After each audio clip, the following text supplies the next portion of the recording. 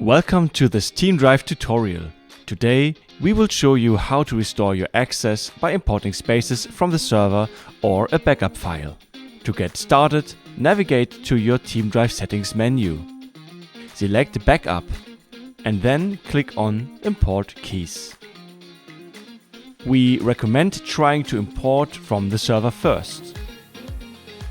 Simply click Import from Server. If you can't find your space keys on the server, choose Import from Backup File. And then select your TeamDrive backup files to restore the keys manually. The import happens almost instantly.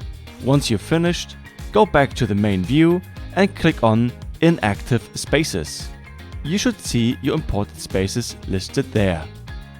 To finish up, click on the space you want and select Activate. If you have many spaces to restore, click on the three dots in the top right-hand corner.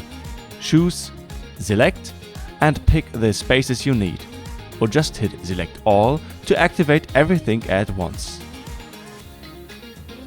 And that's it. Your spaces are now ready to use. For more tips and tutorials, visit our support page at teamdrive.com.